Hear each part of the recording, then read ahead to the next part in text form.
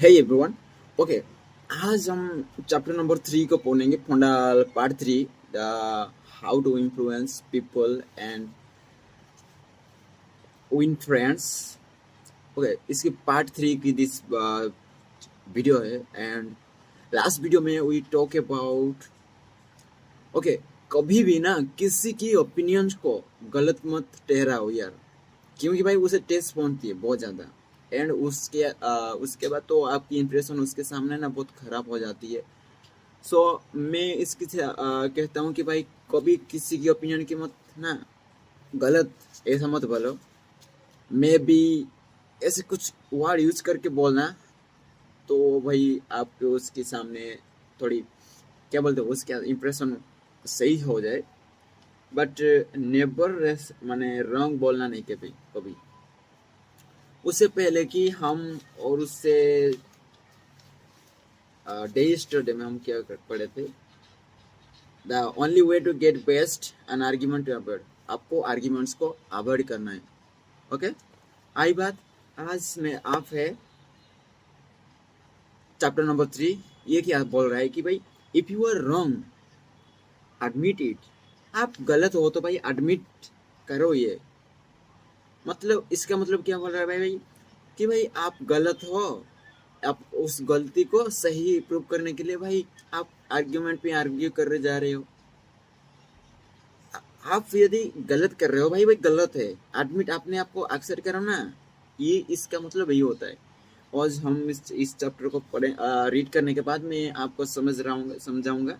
और इसमें लगता है मुझे इसमें एक एग्जांपल दिया होगा जो कि आपको समझाएगा कि आप कैसे अपने आप एक्सेप्ट करोगे। उस आप यदि रॉन्ग कर रहे हो तो आप उसे एक्सेप्ट करोगे। Okay, let's start without any wasting time. Let's start करते हैं। First, within a minute, a walk of my house, there was a wild stretch of virgin timber where the blackberry thickets formed white in the springtime, where the squirrels nested and reared their young, and the horseweeds grew as tall as a horse's head. This once spoiled woodland was called Forest Park, and it was a forest probably not much different in appearance from what it was when Columbus discovered America. I frequently walked in this park with Rex, my little Boston bulldog. He was a friendly, harmless little hound, and since we rarely meet anyone in the park, I took Rex along without a lace or a muzzle. One day we encountered a mounted policeman in the park, a policeman itching to show his authority. What do you mean by letting that dog run loose in the park without a muzzle and lace? उन्होंने question किया होगा। He reprimanded me. Don't you know it's against the law? तुम्हें पता नहीं है कि ये against a law, law के खिलाफ है। Yes, I know this. It is. I replied softly. हाँ मुझे पता है, ऐसे मैंने softly आंसर दिया।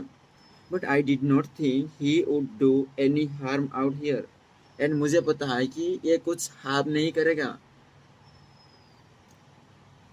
You don't think, you don't think. The law does not give a thinker's damn about what you think. The dog might kill a squirrel or bite a child.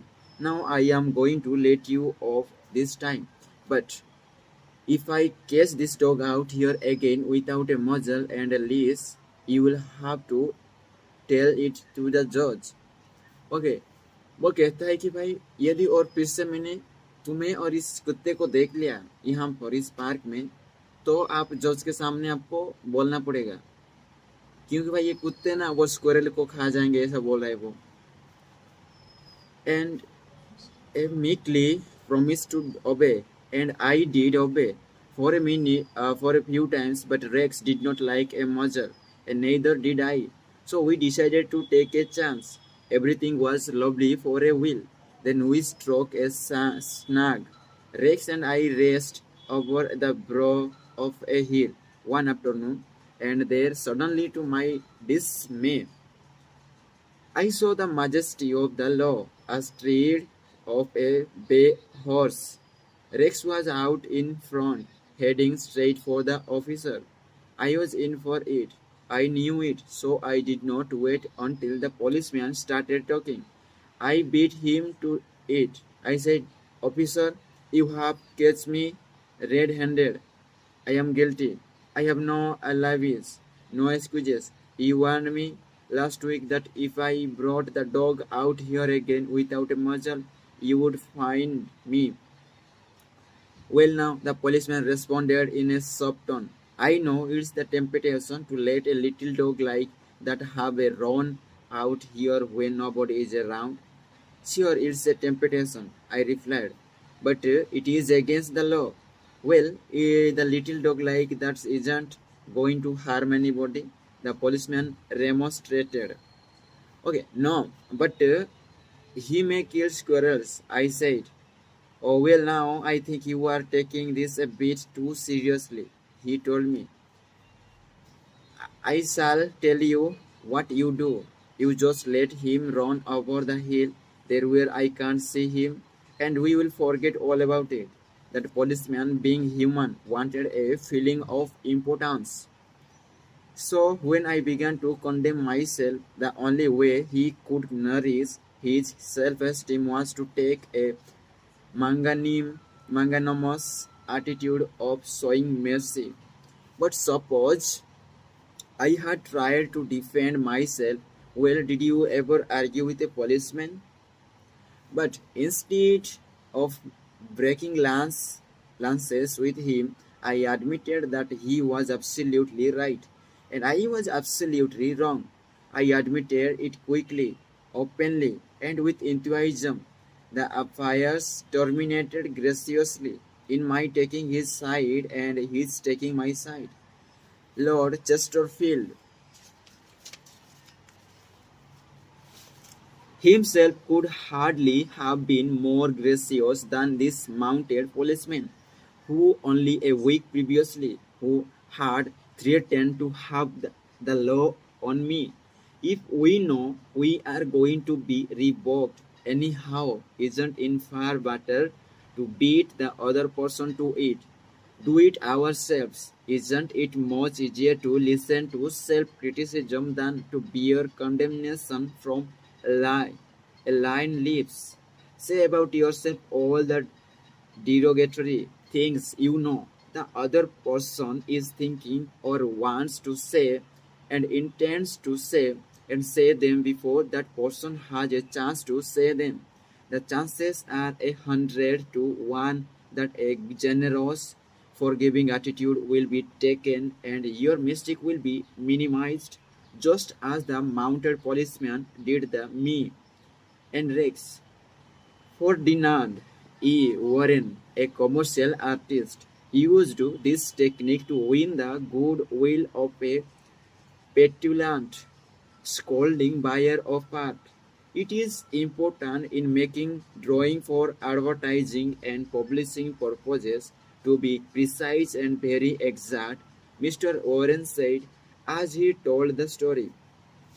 Some Some art editors demand that their commissions be executed immediately, and in these cases, some slight error is liable to occur. I knew one art director in particular who was always delighted to find fault with some little thing. I have often left his office in disgust, not because of the criticism, but because of his method of attack. Recently, I delivered a roast job to this editor, and he phoned me to call at his office. Immediately he said something was wrong. When I arrived, I found just what I had anticipated, and I did dreaded. He was hostile, gloating over his chance to criticize. He demanded with heat why I had done so and so. My opportunity had come to apply the self-criticism I had been studying about. So I said, Mr. So and so. If what you say is true, I am at fault, and there is absolutely no excuse for my blunder. I have been doing drawings for you long enough to know better. I am ashamed myself. Immediately he started to defend me. Yes, you are right, but after all, this isn't a serious mistake. It is only, I interrupted him. Any mistake, I said, may be costly and they are all irritating. He started to break in, but I would not let him. I was having a grand time. For the first time in my life, I was criticizing myself and I loved it. I should have been more careful, I continued. You give me a lot of work and you deserve the best, so I am going to do this drawing all over. No, no, he protested. I would not think of putting you to all that trouble. He praised my work, assured me that he wanted only a minor change and that my slight error hadn't cost his firm any money. And after all, it was a mere detail, not worth worrying about. My eagerness to criticize myself to all the fight out of him. He ended off by taking me to lunch, and before we parted, he gave me a check and another commission.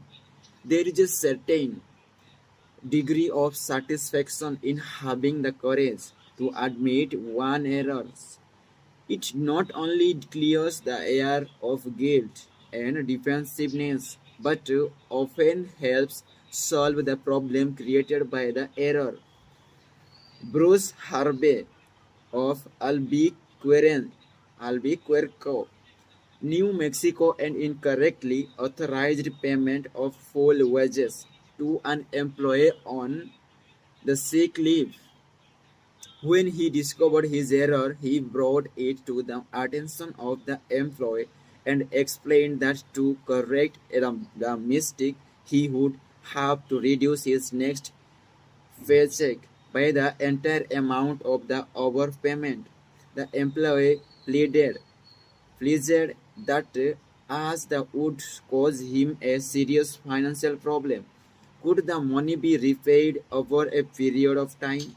In order to do this, Harvey explained, he would have to obtain his supervisor's approval. And this I knew, reported Harvey, would result in a boss type explosion. While trying to decide how to handle this situation better, I realized that the whole mess was my fault, and I would have to admit it to my boss. I walked into his office, told him that I had made a mistake. Then he informed him of the complete facts, and he replied in an explosive manner. That is what the fault of the personal department. I repeated that it was my fault. He exploded again about carelessness. In accounting department, again I explained it was my fault. He blamed two other people in the office, but each time I reiterated it was my fault. Finally, he looked at me and said, okay, it was your fault. Now straighten it out. The error was corrected and nobody got into trouble. I felt great because I was able to handle a tense situation and had the courage not to speak allevious. My boss has had more respect for me ever since. Okay, any fool can try to defend his and her mistakes, and most fools do, but it rises one above the herd and gives one a feeling of nobility and exaltation to admit one's mistake.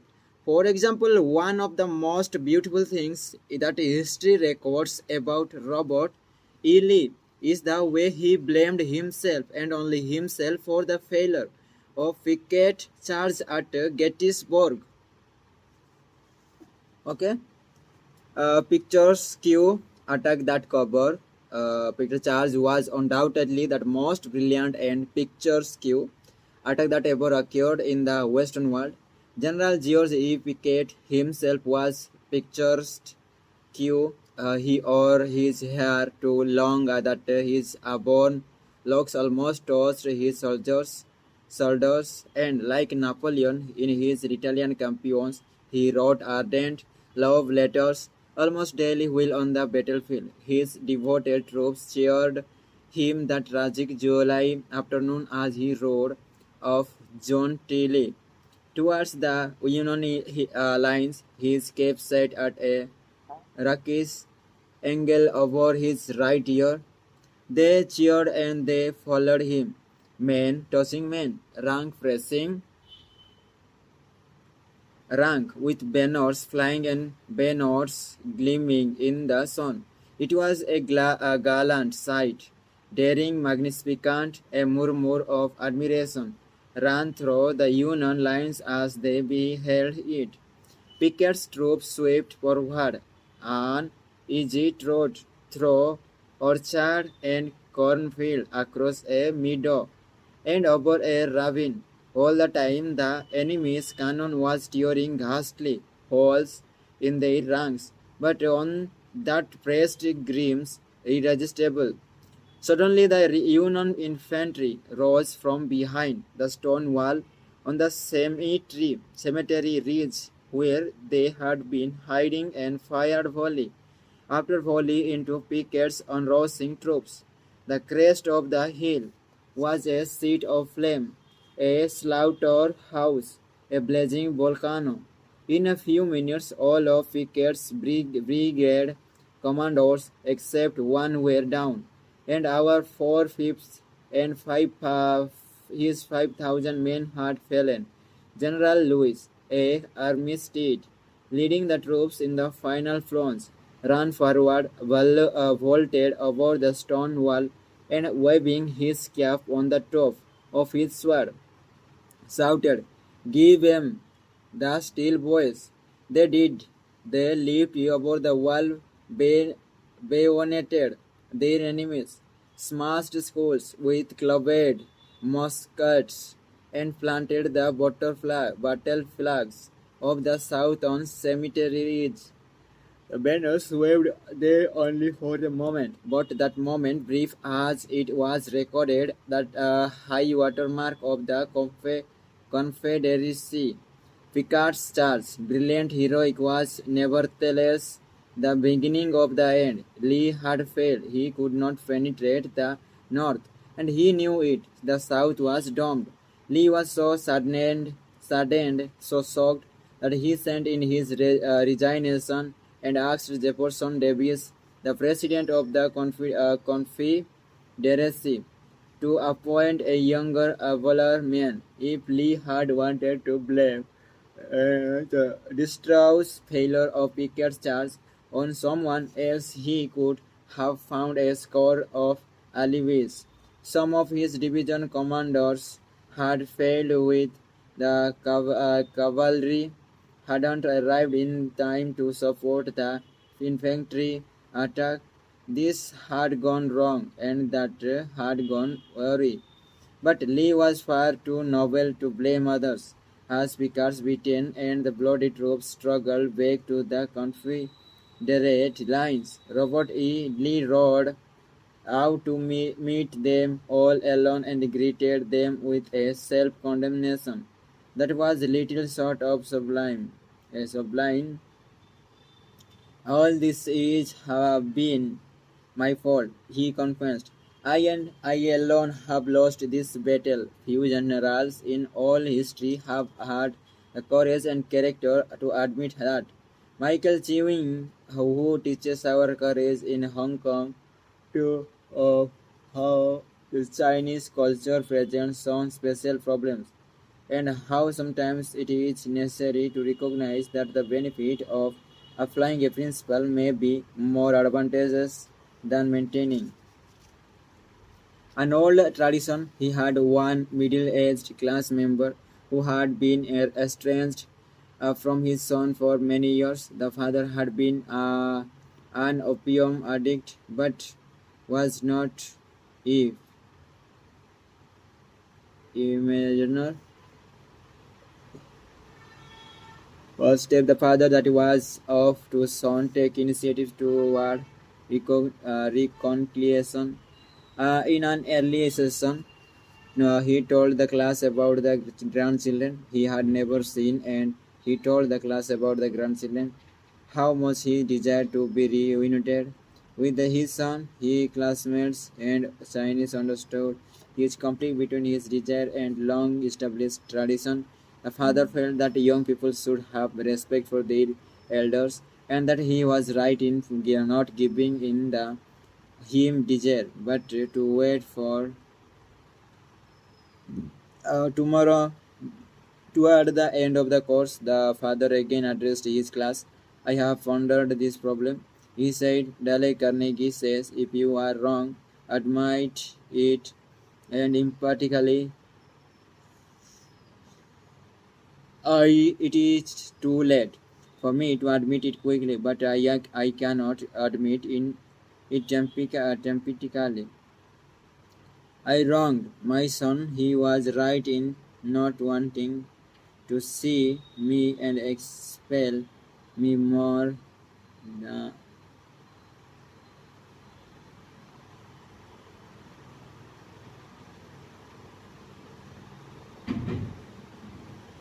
not wanting to see me and expel me from his life. I may lose face now by asking a authority to admit this. The class applauded, gave him their full support. At the next class, he would how he went into his son's house, asked for the receive forgiveness, and was now embarked on a new relationship with his son. His daughter-in-law and grandchildren he had at last met. Albert Hubbard was one of the most ordinary authors who ever came of and his stinging sentences often aroused fierce resentment, but Hubbard, with his rare skill for handling people, frequently turned his enemies into friends. For example, when some irritated reader would wrote in to say that he did not agree with people.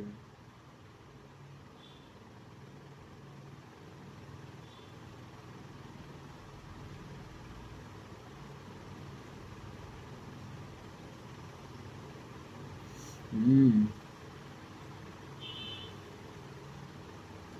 Frequently turned, and example when some irritated reader wrote in to say that he did not agree with such and such an article, and it ended by calling Hubbard this and that are not equal.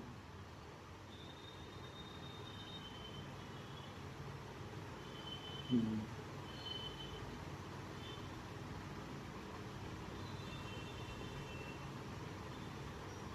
Hmm. And calling husband, aborted husband, would answer like this. Come to think it over, I don't entirely agree with it myself. Not everything I wrote yesterday appeals to me today. I am glad to learn what you think on subject the next time you are in the neighborhood of yourself.